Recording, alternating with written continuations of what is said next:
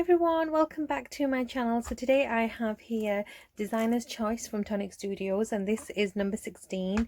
It's called the Vibrant Votive Holder.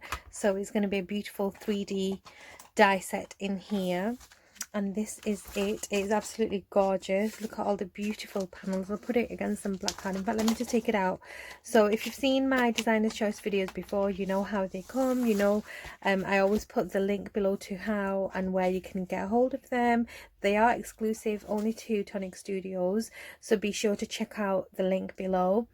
And these are amazing die sets. You get a different die set each month, and you can just buy one-off ones. There's also some other clubs going on, like stamp club as well. So lots going on at Tonic Studios. So please check out the website now and then, and also check out the links below where you can find Tonic Studios on YouTube and on Facebook. So all the information is going to be in the description box. So today, like I said, this is Designer's Choice number 16, and it looks amazing. So it looks like it's a hexagonal box. This is the base. These are the side panels, and I'm absolutely loving that rose design. And this is a verso die. So the verso dies are dies that cut into your cardstock rather than cutting it out. But I can also see there is a die here which will let you cut out your design as well. So Tonic Studios really include a lot of dies to give you a very beautiful design at the end. So they're very thought out kits that they do. These are the pretty designs for the handle, and there's more layers here. So what I'm going to do is I'm just going to start cutting into some bits and pieces, and I'll show you what we're going to be creating together. So for my first box, I wanted to create this beautiful lacy detail with that flower die. And what you're going to need to create each of your little votive holders is you're going to need your side panels, which is this one here. So you're going to cut out either three sides if you're going to use the hexagon as your base, or if you're going to be using your square as a base. So there's your hexagon die. If you're going to be using the square as a base, you only need 2 sides because it cuts out 2 sides at once. So you need 4 sides, which means you're only going to need 2 because there's 2 panels per side, if you know what I mean. So this one die has 2 sides. Okay, so like I said, this is my first panel, and what I've done is I'm going to be using the hexagon with this one. So I've got my base, I've got my layer times 3, and all I've done is I've cut it out once with this die. Then I've placed this beautiful rose detail die on top, and then this beautiful, almost like a trellis detail, like crosses detailed die here. So I've cut them out all together like that. And as another decorative element, you get so many little bits and pieces with this. I have actually taken this die and cut out this beautiful rose gold mirror from Tonic Studios, and this is beautiful Tonic Studios card as well. I can't remember the name, but I'll put it in the description box for you. So here are my other 2 panels that are going to go on it, and all I've got left to do is put my red liner tape on, stick this on there, and then we're going to be good to put together the box. So that's what I'm going to do. I'm going to zoom in a bit so you can see how I put my tape on, and you're going to need a bone folder to just reinforce those score lines, because you want them nice and crisp, and that way you get a really nice sturdy box or 3D project. So whenever you have these score lines, just definitely burnish them and reinforce them. So that's what I'm going to do now. Put some red liner tape on, and we'll get this put together.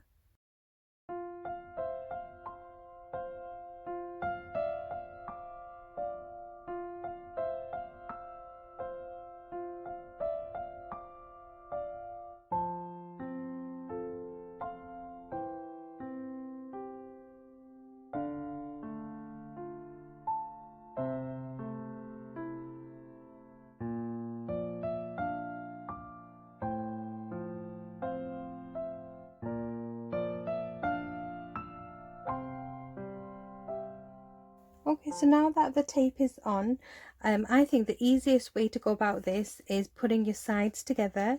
So that's what I'm going to do. And then we're going to put the sides onto the actual base. So just match up your lines like this. And then I've got this one. So there's only going to be one left that you're not going to stick, which is the two ends that are going to meet at the end. Okay, so let's get this lined up and stuck on. And these details are so pretty, and I've forgotten to put a bit of tape here. You could actually, because it is a votive holder, I'm going to leave it like see-through, if you know what I mean, so the light comes through, and I'm going to add some LED lights to that in a sec. But you could always put vellum behind this, which would look really, really nice as well. So my card is single-sided, so I'm going to use the shiny side out and the white side in, because you're not going to be able to see that. And all I'm going to do is take my tape off one end, butt it against one of the edges like that, and then push down on with the tape. Do the same again. So I'm going to take the tape off, and then once you've got a couple on like this, you could just turn it around and then finish the rest off, so you can see where you're going now. And red liner tape, like I said, is the best thing to hold these boxes together with. Okay, just going to go round and finish this off.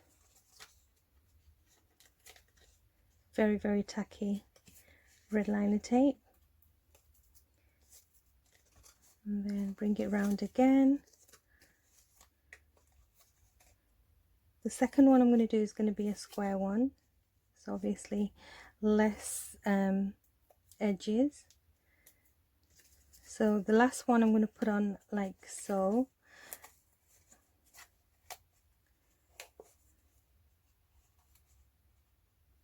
Okay, and then the last edge is just going to go on like this. I'm going to just straighten that up a bit more. So that is your beautiful votive holder. Now I have actually cut a handle for this. I'm not going to put it on because this one I'm not going to, the next one I will. And all you're going to do is, if you take this design, which is this one, you get a shorter one for the square box because the area it's going to cover is smaller, so the longer one is for the hexagon shape. And you can just add some brads and poke them through, because if you're adding lights you need to be able to move it front and back, forwards and backwards. So with these, what I recommend is, obviously you're not going to put a real candle in them, or a real votive. You could actually use the LED votives, or you can use these craft LED lights, and that is just gonna sit in here, and you can see how the light is just poking through. Doesn't that look so gorgeous? I absolutely love it, and it's so easy to put together, and you can really, really go to town with the colors you use, and just, you know, use whatever you want. So the next one, I'm going to do a square box, and I've already cut the bits and pieces here. Okay, so here I've got it. So for my box this time, I'm going to use the square as the base, which means I only need this large panel cut twice. And you can see I've already cut in the detail. So I've got the rose detail again, because I absolutely love this die. And then I've got the other die cut out as well, and this one's got a really pretty butterfly detail, and I can just see a tiny bit left in, which I'm just going to poke out. And what I've done is I've cut it out into the cardstock, and then I've taken this die here, which is the same shape but a bit smaller. You can see it's a layered die, and I've cut out some patterned paper, and then onto that patterned paper I've cut that detail out again, so the detail is gonna match, and I'm gonna put these over, so it's gonna give me this beautiful decorative detail with the patterned paper as well. And I've cut the handle for this one, and I've just backed it with some black card, so it gives this beautiful shadow effect. And what we're going to do is put this together now.